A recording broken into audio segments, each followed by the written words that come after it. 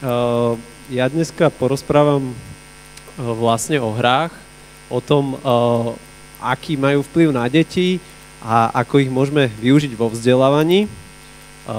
Som z projektu Vlčatá a ešte aj z firmy Hemisféra, ktorá sa venuje inovatívnemu vzdelávaniu a spája hry a vzdelávanie. A začal by som tak netradične. Ja som sa narodil vlastne v roku 1990 a som teda z prvej generácie ľudí, ktorí vyrastali s počítačovými hrami. Keď som bol malý, tak sme si vymieniali CDčka, diskety, často to boli hry, ktoré v podstate boli pirátske, občas sme mali teda aj originály, ale na Slovensku to vtedy ešte tak nefungovalo. A strašne sme sa z toho tešili, mali sme kopec zážitkov, ktoré sme vzájomne zdieľali a mne sa vlastne s hrami z tohto obdobia spája kopec pozitívnych zážitkov a priateľstiev. Takže toto je jedna z takých hier, teraz mi to nefunguje, asi som si to vypol. Aha, dobre. Jedna z takých hier prvých, ktoré som hral, je to Wolfenstein a v zásade teraz už som dospelý človek, nemám čas na hry, musím pracovať a venujem sa teda firme, ale mám teraz ako keby tú možnosť hodnotiť to, čo mi tieto hry dali. V podstate, čo ma naučili a k čomu mi vlastne boli dobré.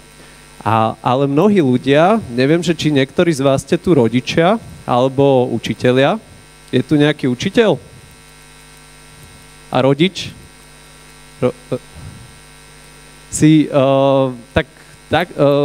Je mnoho ľudí, ktorí nemajú až takéto ako keby pozitívne skúsenosti s hrami, videli to skôr z tej druhej strany a často si kladú otázky tohto typu. V podstate, ako dlho by sa malo dieťa hrať, aké hry sú pre deti vhodné, aký vplyv má hranie na vývoj dieťaťa, alebo môžu nás niečo hry naučiť, alebo je to proste strata času. A práve z takéhoto dôvodu, aby sme ukázali, že proste svet nie je čierno-biely a odpovedali presne na tento typ otázok, vznikol portál vlčata.sk. Je to portál, kde skupina nadšencov, psychológov, pedagógov a ľudí z game designu sa venuje téme tzv. Serióznych hier. To sú hry, ktoré nás môžu niečo naučiť, môžu nás nejakým spôsobom obohatiť. Kto z vás hráva hry, tak sa spýtam. A hrali ste napríklad Portál, chalani? Tak to je napríklad seriózna hra, lebo cez ňu sa môžete naučiť rozmýšľať, alebo môžete teda sa naučiť niečo aj o fyzike. Takže budem pokračovať ďalej, odpovieme si na niektoré z týchto otázok vlastne. Tak je tu taká otázka, že možno aj vám chalani rodičia nedovolia až tak dlho hrať sa, tak ja možno odpoviem, že aký je taký dobrý čas na to, že koľko by sa mali vlastne deti hrať. A základná logika v tom je, že každé dieťa vlastne potrebuje vo svojom živote pre zdravý vývoj rozmanitosť aktivít. Či už sú to športové aktivity, spoločenské, rôzna tvorba, kde sa rozvíja. A pokiaľ niečo z týchto aktivít ako keby prevezme moc veľkú časť času, tak sa ten človek stáva do určitej miery plochým človekom. A z takého dôvodu treba sa aj hrať, ale treba tomu venovať rozumnú mieru času. A čo ako keby odborníci odporúčajú, je tá 1/3 voľného času z hľadiska toho, aby sme mali čas aj na tie ostatné veci.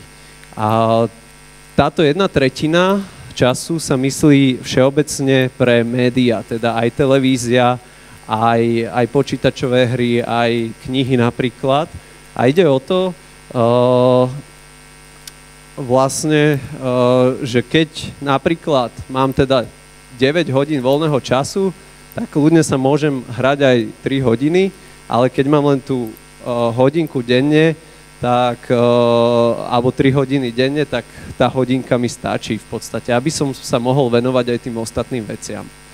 A z hľadiska toho sú toho, že hry sú interaktívne, sú v rámci médií trošku výnimočnejšie, pretože zatiaľ, čo môžem pozerať televíziu a som len pasívny, ako keby pozorovateľ, tak v prípade hier musím interagovať, musím sa učiť, musím sa rozhodovať. Takže je to oveľa lepšie využitie času a viac menej nám umožňuje aj spoločenskú nejakú aktivitu, že vieme sa zahrať viacerí, môžeme hrať kooperatívne hry a podobne. No, tak ako existujú bulvárne časopisy, bulvárne knihy, prípadne filmy, tak existujú aj bulvárne hry. A treba vlastne oddeliť tie kvalitné hry od tých bulvárnych, viac menej. A na to je také ako keby dobrý rozhodovací proces, že čo mi tá hra dá vlastne. Sú hry, ktoré podporujú intelektuálny rozvoj, možno ste hrali nejaké SimCity alebo podobne, tam sa učíte v podstate nejaké ekonomické pravidlá, sú stratégie, sú hry, kde sa môžete naučiť angličtinu alebo dokonca chémiu. Sú hry, ktoré rozvíjajú nás emocionálne. Napríklad, toto je taká veľmi pekná hra, ktorá má nádherný vizuál. Je to príbeh nejakého lesného ducha, ktorý sa snaží proste navrátiť prírodu do rovnováhy a je to veľmi také ako keby hlboký emocionálny zážitok, je to taká veľmi pekná rozprávka, takže hry nám vlastne môžu prerozprávať príbehy a môžu nás postaviť aj pred veľmi zaujímavé morálne voľby. Ja som napríklad hral hru, ktorá sa volá Revolúcia 1979, je to hra o iránskej revolúcii a vlastne dostanete sa tam do pozície človeka, ktorý musí sa rozhodnúť, že či teda zradí kamarátov a prezradí im nejakej štátnej bezpečnosti, alebo teda nechám učiť svojho brata. A to je proste hrozná voľba. Ani jedna z tých možností, ktoré si v tej hre môžem vybrať, nie je správna. Ale som postavený do toho, že musím si vybrať. A s tým, že si vyberem, vo mne to napríklad zanechalo takú emóciu tej vďačnosti, že naozaj som v slobodnej spoločnosti a nemusím takéto problémy riešiť, ale zároveň aj to zhrozenie toho, že nevedel by som, čo by som mal robiť, keby som bol v takejto situácii. A to je niečo, čo ma emocionálne rozvíja, viac menej. A potom posledný bod je rozvoj medziľudských vzťahov. Máme mnohé hry, ktoré sú ako keby teda spoločenské, môžeme hrať proti sebe, môžeme hrať nejakú kooperatívnu hru alebo nejakú masívnu onlineovú, jak je World of Warcraft a musíme v nej nejak interagovať s ľuďmi, vychádzať, riešiť konflikty a učíme sa tak, ako keby v bezpečnom prostredí interagovať s druhými. Takže tak. No, potom aký má vplyv hranie na vývoj dieťaťa? Tak jedna vec je taká tá veková vhodnosť. Mnohí rodičia ako moderní využívajú tablety na to, aby im tablet ustražil ich dieťa, kým na ňo nemajú čas. To není úplne ako keby najlepšia stratégia. A celkovo hry a technológia je pre deti vhodná až od nejakého 4. roku, pretože dovtedy sa musia naučiť v podstate všetky možné iné koncepty, či už tie pohybové, rozvíjať nejak ten pohyb a motoriku rúk napríklad. A toto v podstate ako keby odvedie tu ich pozornosť na to, aby sa na to mohli sústrediť. Ale po tých 4 rokov je úplne v poriadku, keď deti sa začínajú hrať a začínajú objavovať tento svet počítačových hier. V 7 rokoch v podstate z nejakých psychologických výskumov vyplýva to, že deti vedia rozlíšiť, že čo je realita a čo je v podstate nejaký virtuálny konštrukt. A v 12 už majú vyprofilovanú nejak morálku tak, že v zásade ich ani hranie násilných hier nejakým spôsobom neovplyvní.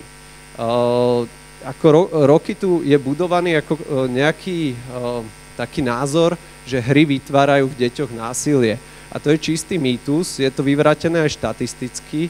Väčšinou v krajinách, kde sa viac detí hrajú počítačové hry, je v podstate menšia kriminalita, menšia miera násilia a zároveň v podstate aj taký nejaký hnev, ktorý vychádza z toho, že prehral som hru, je len ako keby dočasná reakcia na to, že som v nejakej súťaži. Napríklad, keď hrám futbal, rovnako ma nahnevá, keď prehráme, ako keď je to pri hrách. A veľmi podobný mýtus je aj závislosť. Hry môžu ako keby vyvolať závislosť u niektorých konkrétnych ľudí. Ide o to, že je to skupina ľudí, ktorá keby nehrala hry, tak pije alkohol, je závislá na alkohole alebo niečo. Závislosť v podstate reflektuje len nejaký stav tej mysle toho človeka, tej jeho psychológie, ktorá vyplýva z toho, že niečo mu v živote chýba a snaží si to niečím prekryť a kompenzovať. Preto v podstate v takomto prípade je najlepšia stratégia sa naozaj tomu človeku venovať úprimne a pomôcť mu s tým, čo ho trápi. A vtedy ako keby sa dá tá závislosť prekonať. Ale z pohľadu toho, že by hry spôsobovali nejak všeobecne závislosť, to je čistý mýtus. Dobre, takže toto je také nejaké moje heslo, že ja som vlastne hráč, pretože nie, že by som nemal reálny život, ale chcem ich mať veľa, chcem mať veľa zážitkov, chcem vidieť veľa pohľadov, vyskúšať si veľa vecí a to ma posúva ďalej. A to vlastne súvisí aj s tým, že prečo sú vlastne hry dobré pre vzdelávanie. Dávajú nám ako keby možnosť sa učiť nové veci. Samotná hra je od narodenia ako keby dieťaťa nejakým základom toho, že sa niečo učí. Vlastne aj počítačové hry obsahujú nejaký taký mechanizmus, ktorý stojí na veľmi krátkych feedback cykloch, čo znamená, že dieťa dostával veľmi rýchlo spätnú väzbu alebo akýkoľvek človek, či už dieťa alebo dospelák, to je jedno, a ja sa hrám. A vlastne tým sa učí a za to učenie vlastne je mozgom odmieňané, že rozpoznáva nejaké vlastne vzorce v tom systéme, ktorým hra je v podstate. Takže hra rozvíja to systémové myslenie a s nájdením týchto vzorcov nás ako keby mozog odmienia. A to nám robí pri tej hre vlastne tú radosť. A práve túto pozitívnu emóciu vieme využiť vo vzdelávaní. Preto, aby sme vlastne deti mohli nasmerovať k nejakým tým vedomostiam pomocou takýchto herných mechaník a znalosti tejto psychológie. No, mám viacero príkladov, kde sa počítačové hry využívajú vo vzdelávaní. Jeden môj známy robil vlastne také svoje hodiny na jednej škole, kde učil decka pomocou Civilizations, to je hra strategická, a učil ich tam históriu vlastne. A popri tom, tým, že je to celkom komplexná vec, tak sa učili aj nejaké základy ekonómie, stratégiu a celkovo to v nich budovalo ako keby ten záujem a motiváciu ďalej skúmať tie oblasti, o ktorých tá hra pojednáva. Takže to je jeden taký príklad. Existujú vyslovene, že edukačné hry. Jednou z nich je napríklad Code Combat, kde sa pomocou takejto hry viete naučiť programovať a každý ten jeden level je ako keby programátorský problém. A potom existujú hry jak Minecraft, kde existuje aj verzia pre edukáciu. Bol som v jednej českej škole, kde takto učia fyziku a vlastne čo to umožňovalo pani učiteľke? Vytvoriť bezpečné prostredie, v ktorom si vlastne deti mohli vyskúšať zaviesť elektrínu v celom dome, ktorý si navrhli sú tam ako keby také vedecké pokusy, ako pripravené nástroje na to, aby sa to dalo robiť. A v podstate spravili tam chybu a kvôli tej chybe by potenciálne ten dom mohol vyhorieť, ale tým, že v podstate boli v nejakom simulovanom prostredí, tak boli v bezpečí a mohli sa z tej chyby naučiť, mohli ako keby ten projekt dokončiť. Tak a čo robím ja konkrétne v rámci Hemisféry, tak máme viacero ako keby takých našich produktov a my máme konkrétne takýto kurz vývoja počítačových hier, kde deti vlastne programujú vlastné počítačové hry, môžu programovať, môžu robiť game design a môžu sa venovať aj grafike a potom sa spájajú do väčších tímov, keď sa zašpecializujú a robia na komplexných hrách. A takáto vec vlastne ich privedie k spoznávaniu týchto oblastí a my pritom hovoríme ich jazykom, pretože momentálne hry sú jednou zo najväčšou časťou ako keby tej kultúry, tej súčasnej mladej generácie. A pokiaľ ich vieme osloviť ich jazykom, tak v podstate vieme ich skrze toto aj niečo naučiť. Máme takýto tzv. Gamifikačný systém, čo je systém na motiváciu, kde deti sa môžu vlastne levelovať, zbierajú nejaké bodíky, coiny, za tie mince, akože coiny si môžu potom nakupovať nejaké odmeny a majú tam vlastne nejaké challenge, ktoré musia plniť. Napríklad naprogramuj hru Flappy Bird alebo nakresli takúto postavičku. A to je ako keby taký ďalší motivačný prvok pre nich, ktorý pracuje na určitých úrovniach s vnútornou motiváciou, na určitých s vonkajšou a posúvajú sa vďaka tomu ďalej. Ďalší príklad, na ktorom teraz vlastne pracujeme, je tzv. Edukačný LARP. Neviem, či vám hovorí niečo LARP, slovičko. Počul niekto niekedy slovo LARP? Známe na to tzv. Live Action Roleplay. Teda hranie rolí ako keby v realite, alebo respektíve v reálnom prostredí, ako živá akcia. A ide o to, že sa snažíme spojiť príbeh a projektové vzdelávanie a nejaké takéto tzv. RPG prvky, teda hranie rolí. Deti sa vlastne ocitajú v pozícii vesmírnych kadetov a cestujú vesmírom. Je tam nejaký superzloduch, ktorý tam niečo konšpiruje, decka postupne objavujú takýto príbeh a navštevujú jednotlivé planéty. Každá planéta symbolizuje ako keby jednu ľudskú potrebu. Zamerali sme sa ako keby na Maslowovú pyramídu, že to je jedna vec, ktorú chceme učiť a takto cestujú vesmírom a na každej planete vlastne nájdu úlohu spojenú s touto ľudskou potrebou. Napríklad na púštnej planete je to potreba hladu a mimozemšťan ich poprosí, aby teda našli riešenie na to, ako pestovať jedlo na púšti. Čo je taký celkom vedecký problém, keď už sme na takejto konferencii. A v podstate, čo deťom aj chýba, mnohým dneska, je kritické myslenie a schopnosť práce s informáciami. A to sa snažíme skrze to učiť. Oni, aby splnili túto úlohu, musia ísť na internet a vyhľadať si informácie, spracovať ich, overiť si, či sú pravdivé, ale ešte predtým všetkým si musia vedieť klásť otázky. A to sa ich snažíme naučiť. Potom tieto vedomosti musia zobrať a zložiť z toho niečo nové a využiť tie informácie prakticky a pritom musia spolupracovať. Takže toto je vec, na ktorej momentálne pracujeme.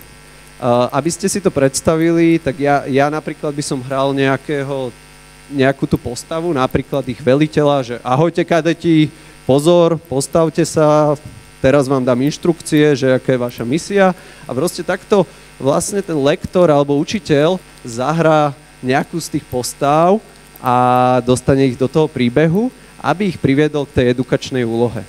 No a momentálne sme našli takúto vychytávku, volá sa to, že FaceRig.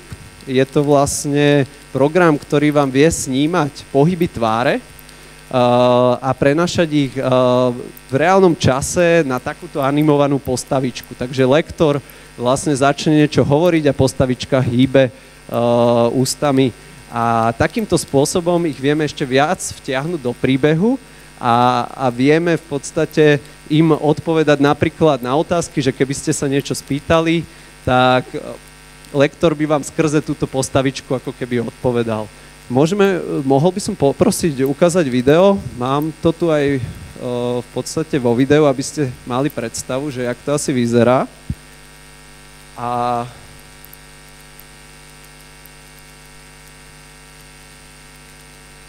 Dajte kadeti, mám pre vás dôležitú misiu.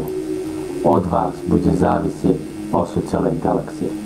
Pripravte sa, že preveríme vaše schopnosti. Tak dávajte pozor. Ja vám poviem, ako to všetko bude prebiehať. Počas EduQuestu sa budete stretávať s rôznymi postavami, ktoré stvárňuje lektor. Častokrát s pomocou takéhoto kúzla. Spolu počas tejto edukačnej hry navštívime mnoho planét, kde vás čakajú rôzne výzvy, ktoré preveria vaše schopnosti spolupracovať, pracovať s informáciami a využiť vedomosti v praktických úlohách, napríklad z prírodopisu, zemepisu, matematiky a iných. Napríklad Ako by ste vypestovali jedu na púšnej planete? dobre, takže takto nejak to vyzerá v podstate a len by som to teda zakončil tým, že naozaj hry sú dneska relevantným médium, ktoré by sme mali využiť v prospech dobrých vecí. Dajú sa využiť aj v prospech zlých vecí, ale pokiaľ ich nevyužijeme v prospech takých dobrých vecí, jak je vzdelávanie, tak ostane ten potenciál nevyužitý, možno bude viesť úplne opačným smerom. Takže poďakoval by som sa vám za pozornosť aj za moju firmu, teda Hemisféru, aj za Vlčatá. Vlčatá tam majú potom stánok, ešte možno stihnete v podstate si vyskúšať to, čo tam majú pre vás pripravené. A ďakujem. Pokiaľ máte otázky, tak kľudne sa pýtajte.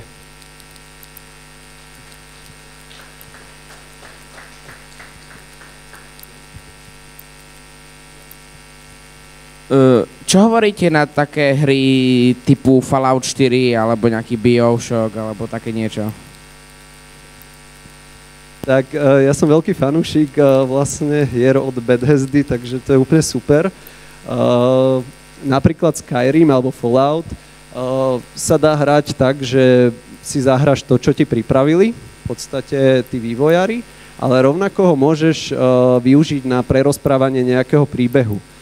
Že zobereš si postavičku, navrhneš si ten charakter a začneš hrať ako keby za tú postavu.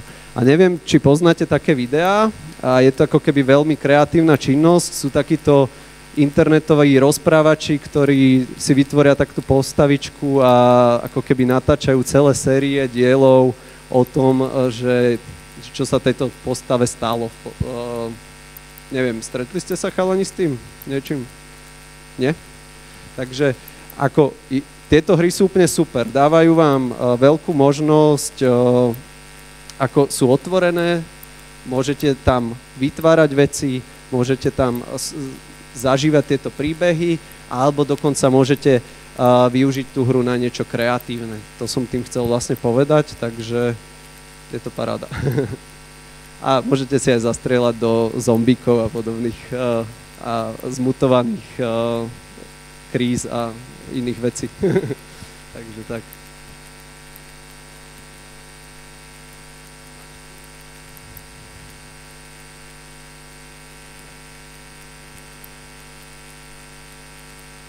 Tak ďakujem teda za pozornosť ešte raz a prajem pekný večer. Nech sa vám darí.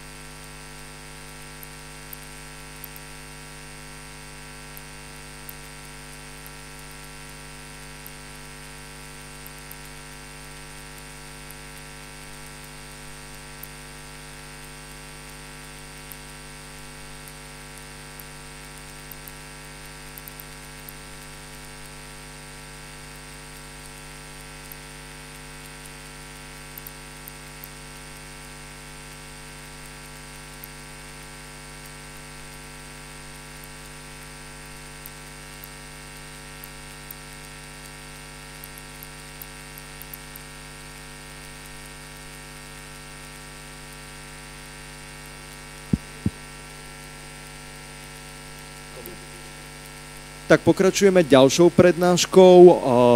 Predstavím vám Michala Zamavetu od nás z Asociácie pre mládež, vedu a techniku. Michal, prosím ťa, porozprávaj nám o labáku. Čo to je zač, čo to robí Amavet, vlastne takúto nejakú aktivitu, predstav nám to. Tak, ďakujem veľmi pekne, David. Tak so seminárom Labák sme vlastne začali v roku 2012 vlastne vznikla tá myšlienka semináru. Cieľom bolo vlastne vytvoriť akýsi taký most medzi jednotlivými predmetmi, lebo častokrát na školách, samozrejme základných, stredných, študenti navštevujú rôzne predmety, matematiku, fyziku, chémiu, ale nie až tak veľmi sa zameriavajú na vzájomné vzťahy, ktoré tam nutne sú, pretože každý z týchto predmetov vlastne sú tam určite aj medziodborové vzťahy a vlastne cieľom bolo vytvoriť nejaký priestor, kde by sa tieto vzťahy študovali, kde by bola akási syntéza. A to vlastne poskytol tento seminár Labák, ktorý vlastne stojí na tom, že vychádza zo párkrát do roka, je to vlastne ako keby taký súbor problémov, zadaní, a ktoré sa viažú k jednému nejakej centrálnej téme, ktorá spája vlastne každé to kolo. Takže sú tam vlastne problémy z fyziky, matematiky, chémie, biológie, aj ochrany životného prostredia, geografie a viažú sa k jednej téme, napríklad ostrov. Čiže tým sa vlastne ten študent, ktorý rieši tento seminár, pozerá na ten ostrov z viacerých pohľadov, z viacerých uhlov podľa týchto jednotlivých predmetov. A keďže sme mali vlastne pocit, že na školách slovenských a stredných častokrát zlyháva tá experimentálna stránka, ten pokus, ako povedzme si otvorene, že častokrát pokus, to je taká parafráza toho, že obrázok je viac ako 1000 slov, tak aj pokus, dobre vykonaný pokus, vlastne je častokrát viac ako napríklad 1000 definícií, ktoré sa častokrát študenti učia naspamäť. Čiže v Labáku sme takisto chceli posilniť túto experimentálnu stránku, čiže je tam nejaký jednoduchý pokus, ktorý vlastne si študenti môžu sami doma spraviť. A je to samozrejme v neposlednom rade aj súťaž, čiže účastníci majú tak možnosť si zasúťažiť s rovesníkmi a získať na záver zaujímavé ceny. Vlastne spomínal som, že ten Labák vznikol v roku 2012, čiže už funguje 5 rokov a posledné vlastne obdobie, posledné 4 roky bol vlastne koordinátorom Dominik Kostoláni, ktorý teda ten Labák sa mu podarilo pomerne spropagovať a vytvoriť mu také pevné základy a za to sme mu udelili vlastne nezaj tú cenu, tú zlatú skúmavku. No vlastne tento rok chystáme, takže tam vlastne vidíte taký ten základný dizajn, teda tú skúmavku a následne tie základné vedné disciplíny, ktoré sú tam zastúpené, teda tá biológia, chémia, matematika, fyzika a ten pokus.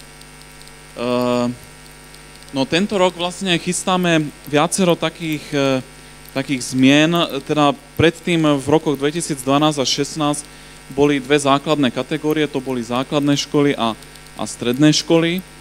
Tento rok to rozšírime až, vlastne zjemníme aj kategórie, čiže bude v rámci 2. stupňa základných škôl budú dve kategórie a potom teda stredné školy budú ako kategória a následne to rozšírime aj na 1. stupeň základných škôl a takisto aj materské školy, čo je, myslím si, že zaujímavá kategória, ktorá nie je ako si podchytená v týchto súťažiach, pretože aj Festival vedy a techniky je skôr pre vlastne ten 1. stupeň alebo starších študentov, ktorí už sú motivovaní a majú nejaký vlastný pokus, ktorý tu prezentujú, alebo experiment.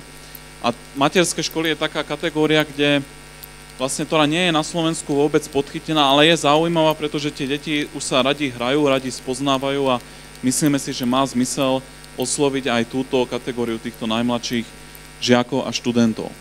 No a vlastne teraz tú štafetu hlavného koordinátora po Dominikovi preberá vlastne Juraj Vasek, ktorý tu sedí a asistuje teda ako dobrovoľník aj v rámci iných podujatí Amavetu a vlastne on vám ozrejmí viac tie zmeny, ku ktorým dojde tento rok a taký základný harmonogram, kedy vlastne ten labák sa spustí a kedy sa môžete aj vy a vaši kamaráti do neho vlastne zapojiť.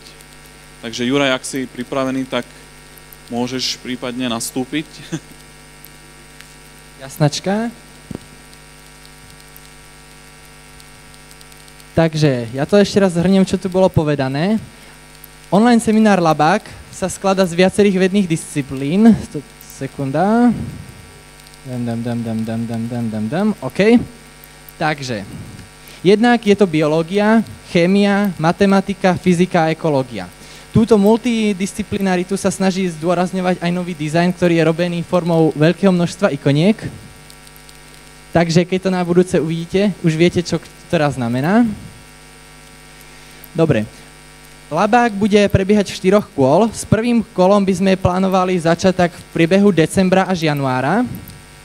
A každé kolo bude trvať približne mesiac. Budeme sa snažiť, aby termín skončil tak niekedy uprostred mesiaca, aby sa to ani nekrižovalo s inými súťažami, lebo vieme, že naši riešitelia sú veľmi často aktívni aj v iných súťažiach.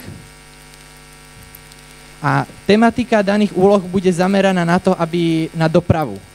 Bude sa jednať o dopravu v rôznych svojich spôsoboch, ako je napríklad pozemná doprava, vodná doprava, vzdušná doprava a takisto sa dostaneme na konci až do vesmíru.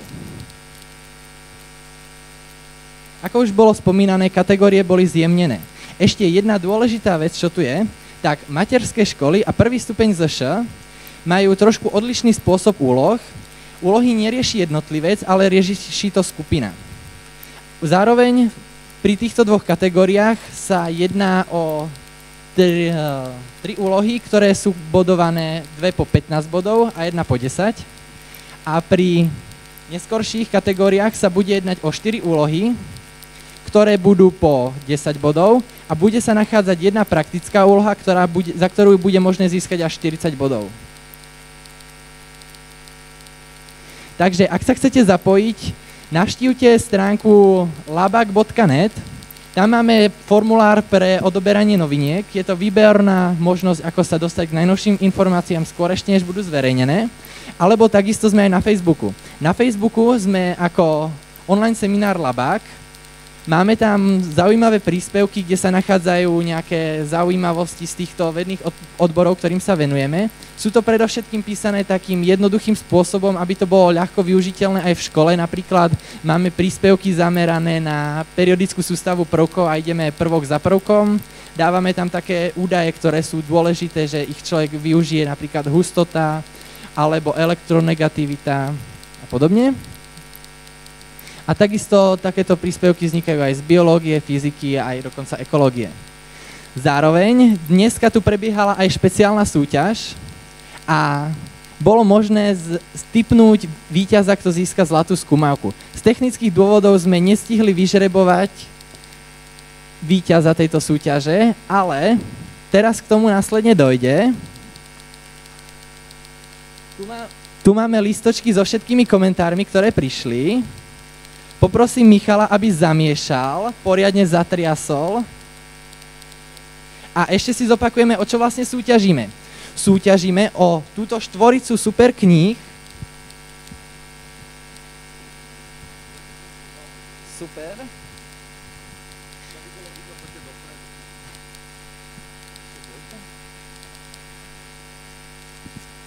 O štvoricu super kníh, ktorá obsahuje pohľady do nanosveta, vôňu vedy, príroda a čo o nej nevieš, a zároveň obzory nových technológií. Okrem tohto môžete dostať aj USBčko z nadácie Volkswagen, ktoré je výnimočné svojim tvarom. A pokiaľ máte radi vedu a techniku, určite využijete aj tento kľúč na opravu rôznych zariadení.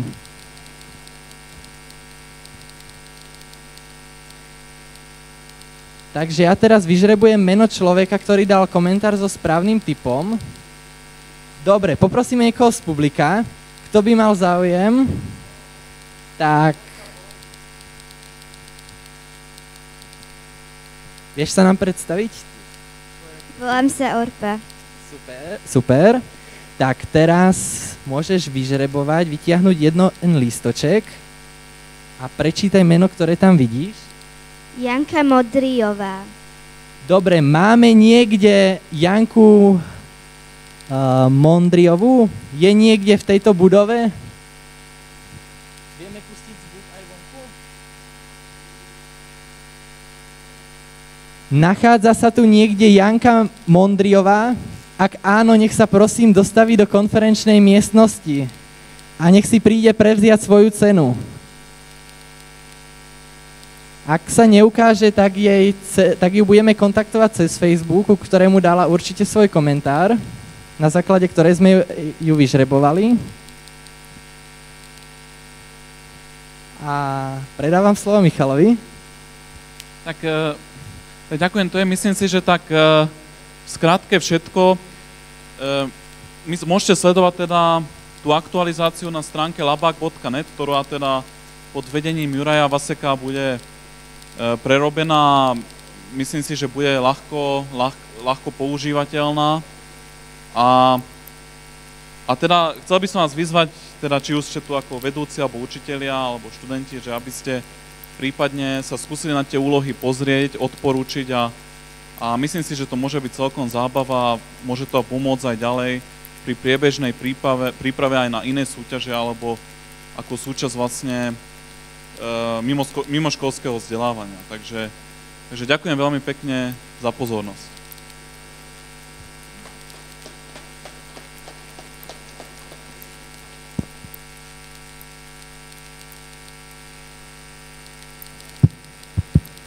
A pustíte ma aj von.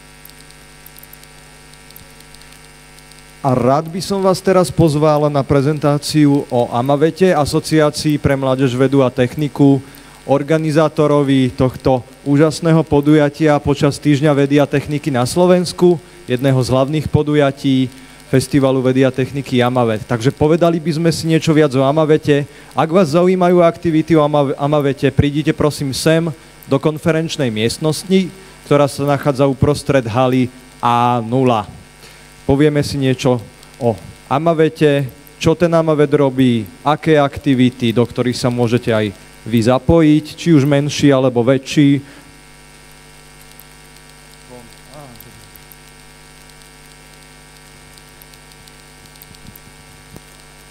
Pozvánka pre všetkých návštevníkov tu v Inchebe.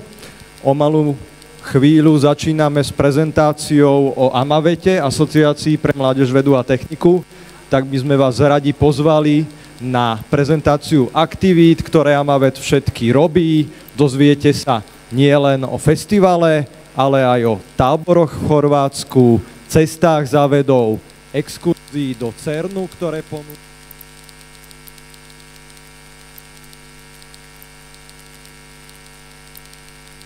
O zvedavých vedcoch, animačnom programe, o pokusoch a zaujímavostiach z oblasti prírodných vied, ale aj techniky a informatiky. Milí priatelia, pozývam vás na prezentáciu o AMAVETE, Asociácii pre mládež, vedu a techniku, ktorá začína o malú chvíľu v konferenčnej miestnosti uprostred stánkov Festivalu vedy a techniky AMAVET.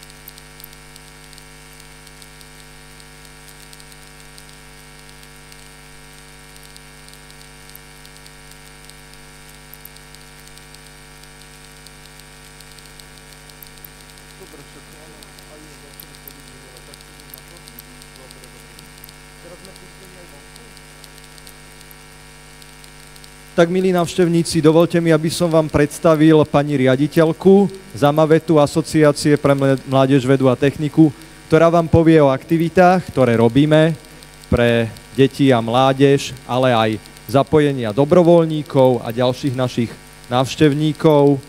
Gabika, môžem ťa poprosiť o informáciu o aktivitách Amavetu? Samozrejme, ďakujem. Milí priatelia, vítajte. A keďže máme aj pokročilú hodinu, tak pokúsim sa vám zhrnúť informácie o Amavete do kocky. Dobre? 27 rokov, je to veľa alebo málo? Čo myslíte? Niekto žije dlhšie, niekto menej. Amavet má 27 rokov. Čo sme stihli za ten čas? Amavet je nezisková organizácia, fungujeme v rámci 3. sektora. Sme občianske združenie. Naše ciele sú veľmi jednoduché. Pomáhame rozvíjať neformálne vzdelávanie v oblasti vedy a techniky. Preto ste aj tu, na Festivale vedy a techniky. Naše 3 vzácne slová sú participácia, dobrovoľníctvo a vzdelávanie. Ak sa nad tým zamyslíme, všetky 3 slová tu naplňame. Sme tu, spolupracujeme, máme tu množstvo dobrovoľníkov, ktorí nám pomáhajú zorganizovať a realizovať toto podujatie. Vzdelávanie, poznáme formálne aj neformálne vzdelávanie. Vy ste teraz tu a navzájom sa aj neformálne vzdelávate.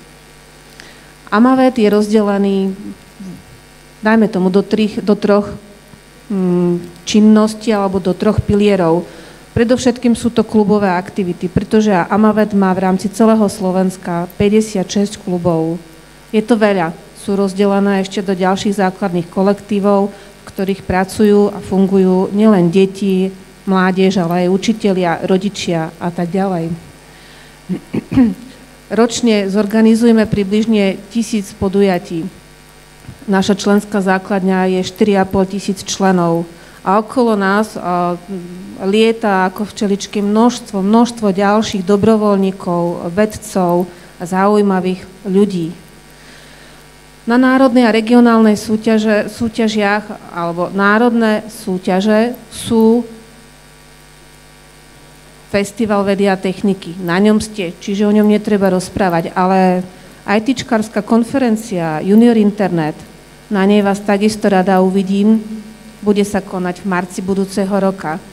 Je to konferencia, kde mládež súťaží v rámci rôznych webov, ktoré tvoria, kódujú v rámci dizajnu, learnu a tak ďalej. Taktiež organizujeme onlineový seminár Labák alebo súťaž pre robotiko Roborave a v 3. piliari sú rôzne cesty za vedou. Cestujeme napríklad do CERNu, čo je zaujímavé. Máme ešte jeden termín voľný, pár miest voľných a ten termín je v decembri tohto roku.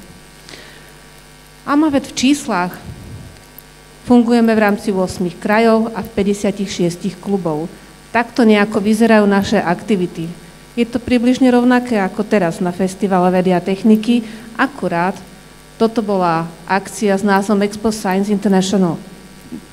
Expo Science Europe. Ja som sa pomýlila, pretože Expo Science Europe sme organizovali v roku 2014 v Žiline, ale v roku 2011 sme organizovali Expo Science International, kde sme do tohto priestoru, v ktorom sme, vtiahli vyše 1000 mladých ľudí, ktorí tu prezentovali svoje vedecké projekty v rôznych vedných kategóriách.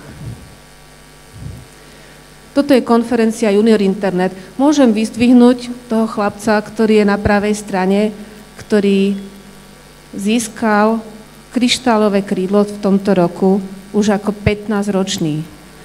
Získal to za svoje hry, PINF hry, ktoré vymyslel pre deti so špeciálnymi potrebami. Momentálne je táto hra v niekoľkých jazykoch preložená a zadarmo k dispozícii.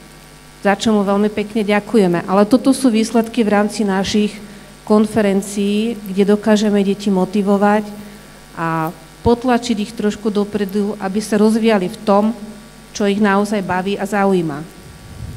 A zase máme čísla. V roku 2014 sa konferencie Junior Internet zúčastnilo 168 projektov, ale v roku 2017 ich bolo už 270. Takže postupujeme. Takto nejak vyzerá radosť, keď aj bývalý dekan Fakulty informatiky a informačných služieb má, hovorím tomu, absolútna radosť z toho, že má pri sebe alebo aj na svojej fakulte také deti, ktoré majú záujem o informatiku. Jeden z ďalších našich produktov je onlineový seminár Labák. Kto má záujem, môže sa k nemu prihlásiť. Máme pri sebe aj koordinátora Juraja Vaseka. Zdravím ťa, ahoj, držím mu palce, pretože o tento labák je záujem. Dôležitý je najmä v tom, že sú jednotlivé vedné odbory prepojené v rámci rôznych úloh, ktoré vytvárajú odborníci. Vždy je dopredu určená na 1 rok téma a novinkou v rámci labáku je aj to, že v tomto školskom roku sa do labáku zapoja aj materské školy. Z toho mám trošku ťažkú hlavu, pretože naozaj k tým malým detičkám je treba sa znížiť aj vedomostne, ale dúfam, že to zvládneme. Nadácia Pontis vytvorila ocenenie s názvom Generácia 3.0. Amavet ako organizácia sa dostal medzi špičku, medzi ten shortlist najlepšie realizovaných podujatí.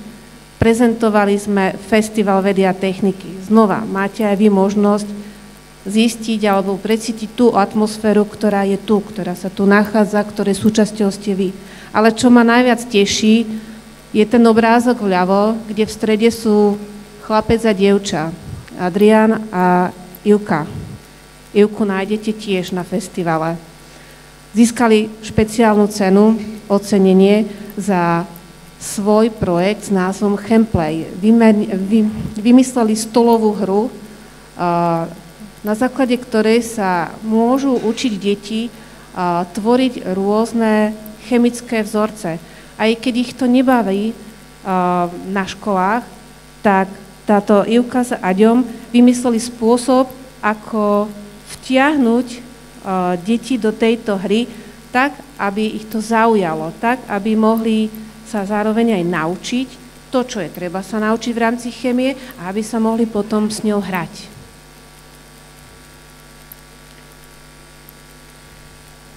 Ďalší slajd. Niektorí z vás poznajú Mišku Brchnelovú. Na pravej strane dole získala prvé miesto v rámci svetovej súťaži Intel ICEF v oblasti astronomia a fyzika. Je to motivačné dievča, menej dievčat máme výťazok, takže preto má tu poctu byť na tomto slajde, ale dôležité je to, že vy, čo ste tu, ste sa zúčastnili krajských kôl Festivalu vedy a techniky a ako víťazi ste postúpili na toto národné kolo. Takže každý z vás má šancu, má príležitosť vyhrať, postúpiť a zároveň zase vyhrať v rámci sveta a takto reprezentovať našu krajinu ako Miška. Pred 2 rokmi náš Festival vedy a techniky vyzeral takto, atmosféricky. Toto bol záver Festivalu vedy a techniky, ale čo je dôležité v rámci festivalu? Potrebujeme vtiahnuť deti do problematiky, ktorá ich baví, aby postupne nachádzali a spoznávali problém, aby ho analyzovali, aby začali riešiť situácie, ktoré sa môžu vytvoriť, aby potom na základe nich vytvorili, uskutočnili, zrealizovali pokusy. A tie pokusy sformulovali do záveru. A toto všetko, keď majú pripravené v rámci svojho projektiku, nastupuje komisia. Tá komisia nielenže zhodnotí dané dieťa po vedomostnej stránke, ale čo je dôležitejšie, to dieťa posunie dopredu otázkami, diskusiou, motiváciou, tak, aby to dieťa dokázalo rozhodnúť či môže s tým projektikom postupovať ďalej, či môže na ňom ešte ďalej pracovať, niečo ďalšie vytvoriť, upraviť, prípadne obnoviť.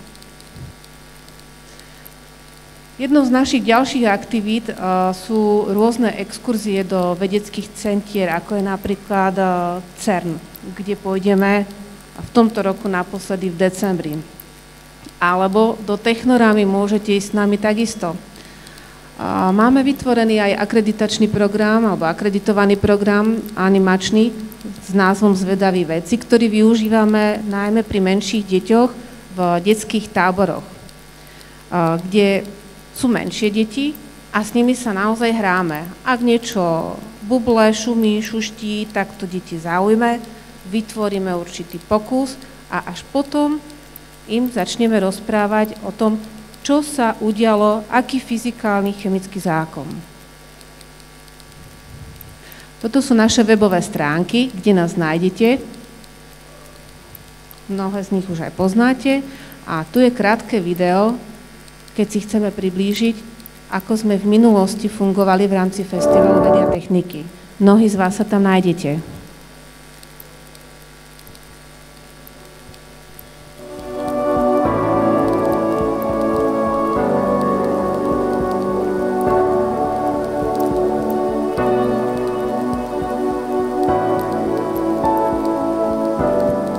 Don't give up.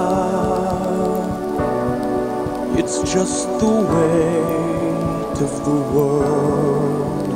When your heart's heavy, I will lift it for you. Don't give up, because you want to be heard. If silence keeps you, I will break it for you. Everybody wants to be understood.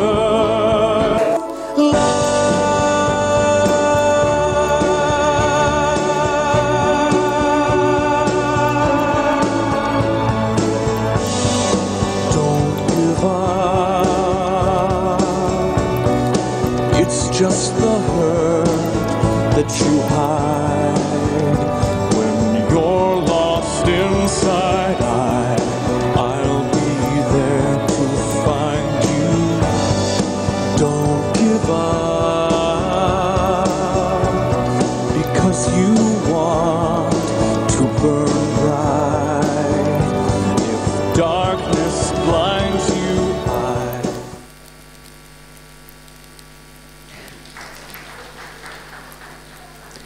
Asociácia pre mládež, vedu a techniku. 27 rokov. Je to veľa alebo málo? Ja neviem. Možno príde more, oceán, zaleje nás a ako piesok zmizneme. Možno, ale je to na vás. Preto vás prosím, aj keď vyrastiete, nezabudnite na nás. My sme tu, my počkáme na ďalšie deti, ktoré budú rásť, ale potrebujeme vašu pomoc, potrebujeme vašu podporu, potrebujeme vaše vedomosti. Nezabudnite na nás. Ďakujem.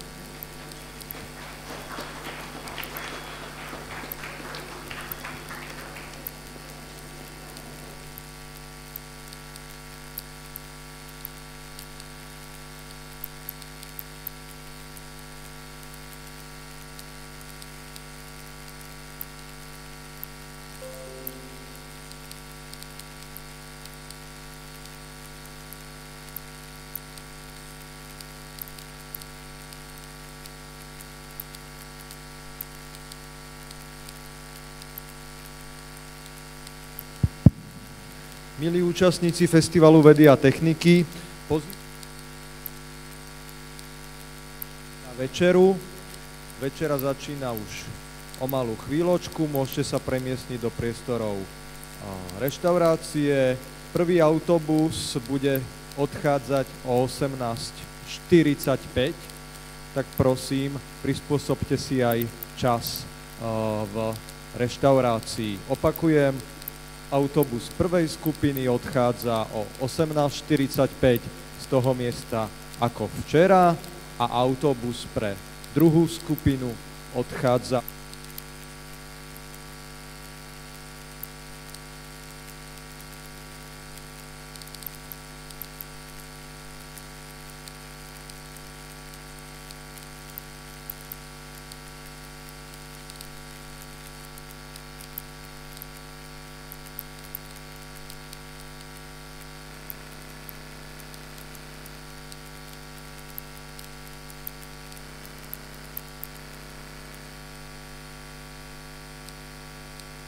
Ešte krátka informácia, autobusy odchádzajú po naplnení. To znamená, že sa nemusíte viazať